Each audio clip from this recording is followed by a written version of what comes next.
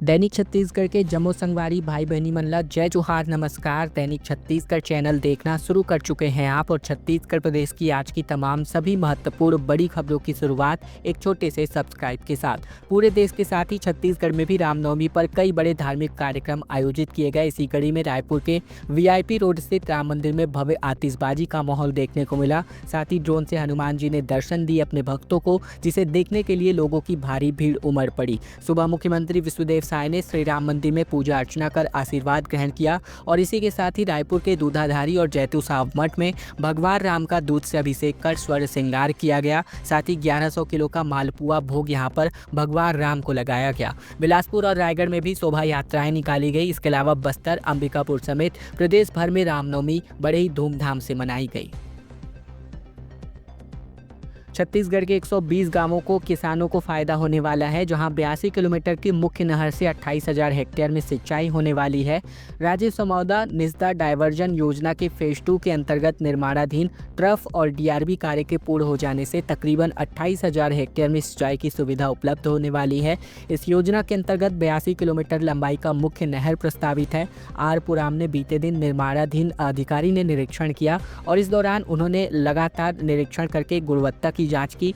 साथ ही राजीव समौदा निस्दा डायवर्जन योजना का मुख्य उद्देश्य महानदी मेन केनाल से जल को भाटापारा ब्रांच केनाल में डायवर्ट करके बलौदा बाजार एवं भाटापारा के गांवों को सिंचाई के लिए पानी उपलब्ध कराना है। बताया गया कि इस परियोजना में कुल 120 गांवों को लाभ मिलेगा, जिनमें से 12 गांव आरंग ब्लॉक और 108 गांव बलौदा बाजार जिले के अंतर्गत आते हैं। ये नहर निस्दा यानी आरंग से प्रारंभ होकर ग्राम मुंडा यानी कि कसडोल तक जाने वाली है। 52 लाख लघु वनोपज संग्राहकों पर बड़ा असर पड़ सकता है पूरे छत्तीसगढ़ के, जहां 900 से अधिक ज़्यादा प्रबंधक हड़ताल पर उतर चुके हैं। बता दें, छत्तीसगढ़ में लघु वनोपज संघ अब सरकार के खिलाफ आर पार की लड़ाई के मूड में दिख रहा है। जिले में लघु वनोपज प्रबंधक संघ ने अपनी अनिश्चितकालीन हड़ताल करनी शुरू कर दी है। संघ ने चेतावनी देते हुए हड़ताल में 7 सूत्री मांगों को लेकर प्रारंभ किया है। प्रबंधक संघ की माने तो उनके प्रतिनिधि ने हड़ताल पर जाने से पहले राज्य लघु वनोपज संघ के अधिकारियों से मुलाकात की थी। इसके अलावा बताया जा रहा है कि यदि हड़ताल लंबी चली तो प्रदेश के तकरीबन 52 लाख लघु वनोपज संग्राहकों पर इसका असर पड़ सकता है। प्रबंधक संघ के प्रदेश अध्यक्ष रामाधार लहरे ने बताया कि 37 साल बीत गए हैं, हमारे पास खोने के लिए कुछ नहीं है और अब नियमितीकरण के अलावा कोई दूसरा विकल्प हमें मंजूर भी नहीं है। गंगा मैया मंदिर में आस्था का जन सैलाब बीते दिन उमड़ पड़ा, जहां 10,000 भक्तों के बीच 51 कुंवारे सेवकों ने जवारा कलश उठाया। बालोद जिले के प्रसिद्ध धार्मिक स्थल मां गंगा मैया मंदिर झलमला में बीती शाम को जोत जवारा का विधिवत विसर्जन किया गया। मंदिर ट्रस्ट के अनुसार इस पावन अवसर पर तकरीबन 10,000 से अधिक श्रद्धालुओं ने मंदिर में दर्शन करने के लिए अपनी कदम यहां पर रखे। मंदिर ट्रस्ट के वरिष्ठ सदस्य पालक ठाकुर ने बताया कि सुबह से ही मंदिर परिसर और आसपास के ग्राम देवताओं की तकरीबन परंपरागत पूजा अर्चना करके सिलसिला शुरू किया गया। मां गंगा मैया की विशेष पूजा दोपहर 3 बजे आरंभ की गई। शाम 4 बजे 51 कुंवारे भक्तों ने जोत जवारा कलश उठाकर विसर्जन यात्रा की शुरुआत करी, जो शाम 6 बजे तक संपन्न हुई। विसर्जन यात्रा गंगा मैया मंदिर से प्रारंभ होकर शीतला तालाब में संपन्न हुआ। छत्तीसगढ़ में अब गर्मी लगातार बढ़ने लगी है। लू चलने की संभावना बढ़ती जा रही है। रायपुर में तापमान 40 डिग्री के आसपास पहुंच चुका है। बस्तर संभाग में आने वाले 3 दिनों तक हल्की बारिश होने के आसार हैं। छत्तीसगढ़ में मौसम साफ होते ही अब एक बार फिर से गर्मी बढ़ने लगी है। ज़्यादातर इलाकों में अधिकतम तापमान में बढ़ोतरी हो रही है। मौसम विज्ञान विभाग के मुताबिक आने वाले 4 दिन तक बढ़ोतरी का सिलसिला जारी रहेगा। लोग मुँह बांधकर सिर ढक करके घरों से बाहर निकल रहे हैं। इस हफ्ते लू चलने की भी संभावना है। प्रदेश में बीते दिन रायपुर सबसे गर्म स्थान रहा, जहां अधिकतम तापमान 40 डिग्री को पार कर गया। इसके अलावा अंबिकापुर 17.4 डिग्री सेल्सियस के साथ सबसे ठंडा स्थान अभी भी बना हुआ है। मौसम विज्ञान विभाग के मुताबिक 7 अप्रैल को बस्तर संभाग के जिलों में गरज चमक के साथ हल्की बूंदाबांदी होने की संभावना है। हालांकि प्रदेश के बाकी संभागों में गर्मी जस की तस बनी रहेगी। बिलासपुर में SP ने निकाली साइकिल रैली, जहां अधिकारियों और कर्मचारियों समेत कुल 200 लोगों ने इस रैली में हिस्सा लिया। स्वास्थ्य जागरूकता का संदेश यहां पर दिया गया। बिलासपुर में बीते दिन स्वास्थ्य जागरूकता को लेकर एक विशेष साइकिल रैली का आयोजन किया गया, जहां केंद्र सरकार के फिट इंडिया मिशन के अंतर्गत आयोजित किए गए इस रैली का नेतृत्व पुलिस अधीक्षक रजनीश सिंह ने किया। रैली में जिला बल, CF और नगर सेना के अधिकारी कर्मचारियों समेत तकरीबन 200 से ज़्यादा नागरिकों ने शिरकत किया। यह आयोजन केंद्र सरकार की खेलो इंडिया योजना के अंतर्गत फिट इंडिया पहल का एक हिस्सा था। केंद्रीय युवा मामले एवं खेल एवं श्रम कल्याण रोजगार मंत्रालय ने the Sunday on cycle theme के अंतर्गत इस पहल को बढ़ावा दिया।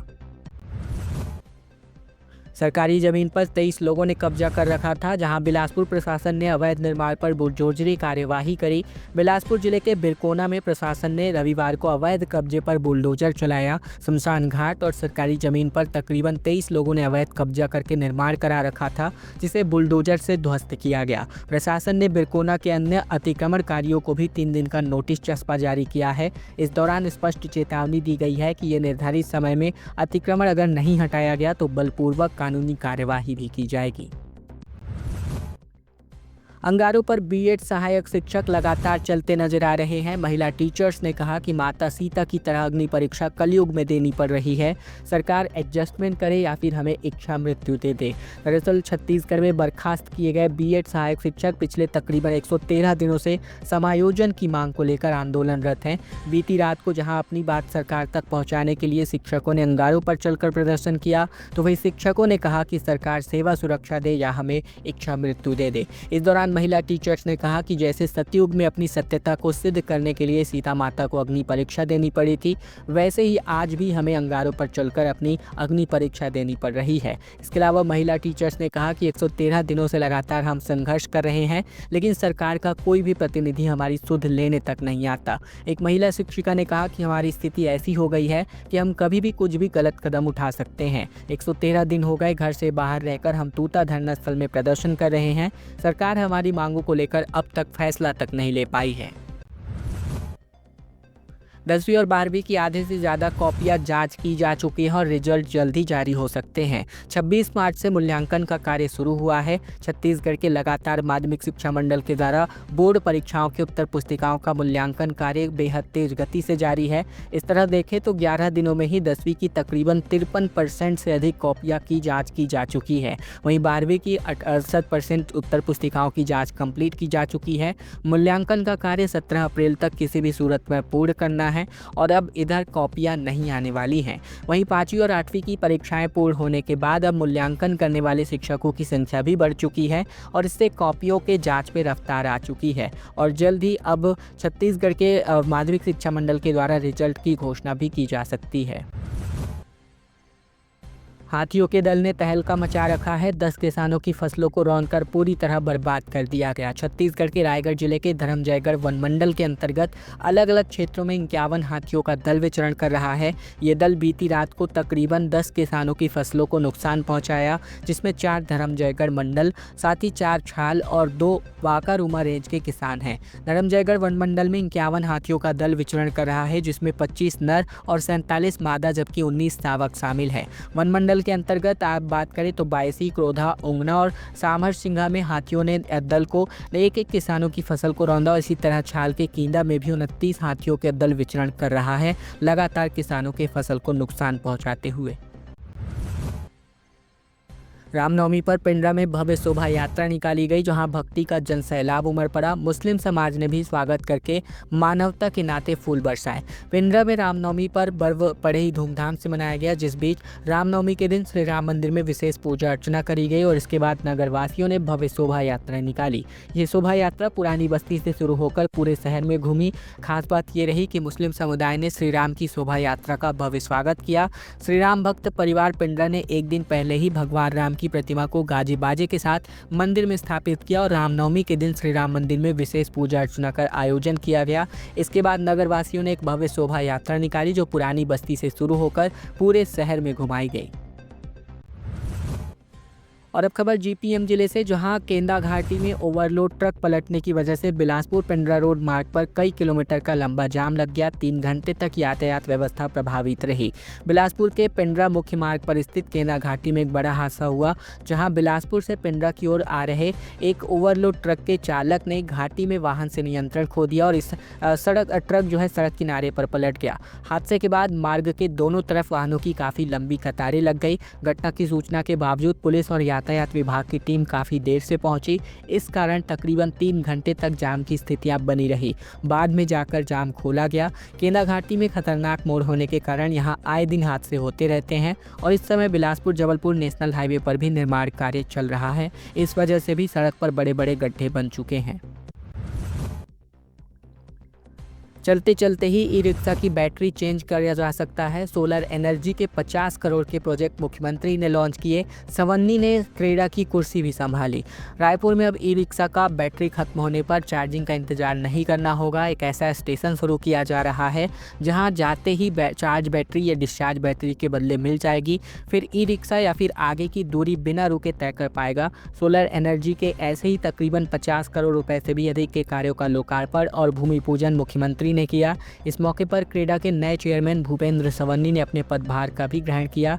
मुख्यमंत्री साय ने कार्यक्रम को संबोधित करते हुए सभी को रामनवमी पर्व की शुभकामनाएं दी। वहीं बात करें तो यहां सौर ऊर्जा से संचालित ई रिक्शा का लोकार्पण इन्होंने किया और इन्होंने कहा कि इस पहल से ई रिक्शा का संचालन किफायती हो जाएगा और ई रिक्शा के चालकों के आय में वृद्धि होगी। रामनवमी पर विशेष शोभा यात्रा निकाली गई। बिलासपुर में वीरांगनाओं ने अपना शौर्य दिखाया। 500 किलो फूले से सजी झांकियां। तकरीबन पिछले 60 सालों से ये जन्मोत्सव मनाया जा रहा है। बिलासपुर में रामनवमी के अवसर पर भव्य शोभा यात्रा निकाली गई। वेंकटेश मंदिर सिम्स चौक से शुरू होकर इस यात्रा का जगह जगह स्वागत किया गया। शोभा यात्रा में सबसे आगे संकट मोचन हनुमान जी की विशालकाय प्रतिमा आकर्षक का केंद्र बनी रही।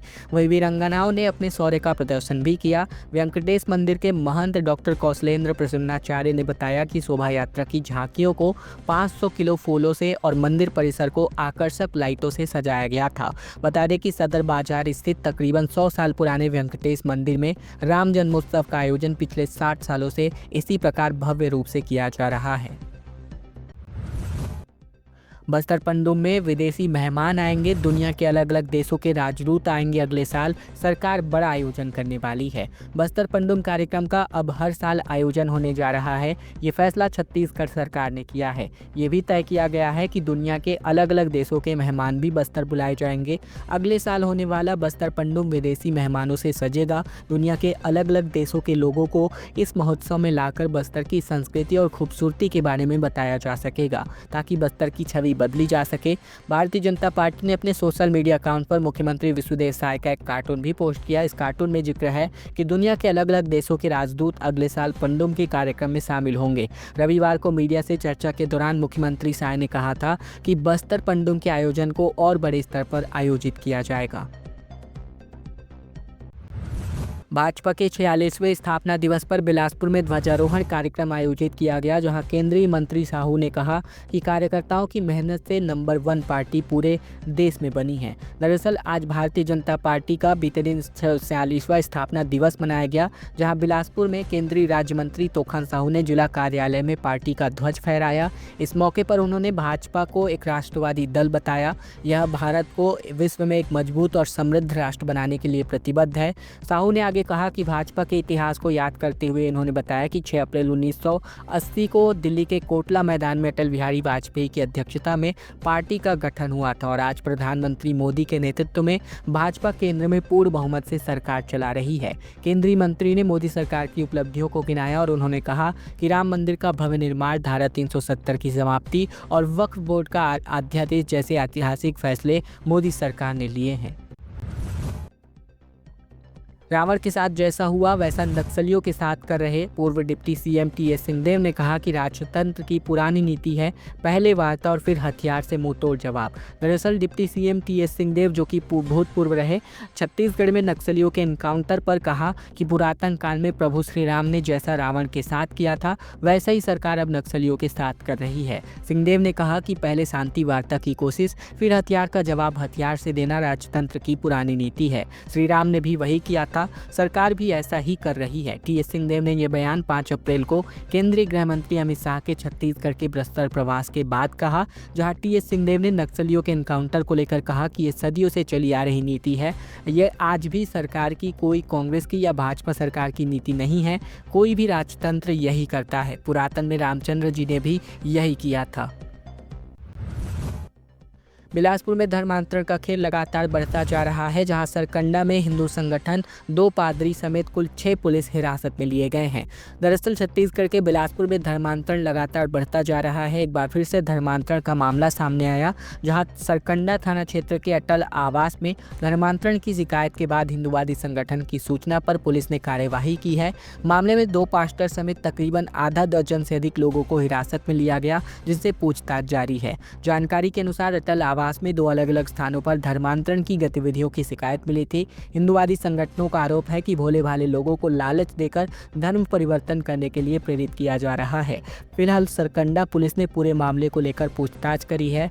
सरकंडा थाना प्रभारी नीलेश पांडे ने बताया कि हिंदू संगठन की ओर से टेलीफोनिक सूचना दी गई थी, जिस पर ये पूरी कार्यवाही करी गई। खबरों का सिलसिला बस यही तक का था। वीडियो पसंद आया तो वीडियो को जरूर से लाइक कीजिएगा। इसके अलावा चैनल पर नए हैं, चैनल जरूर सब्सक्राइब कर लीजिएगा। वीडियो को ज़्यादा से ज़्यादा अपने दोस्तों रिश्तेदारों तक शेयर करिए, ताकि उन तक भी यह महत्वपूर्ण जानकारियाँ पहुँच सके।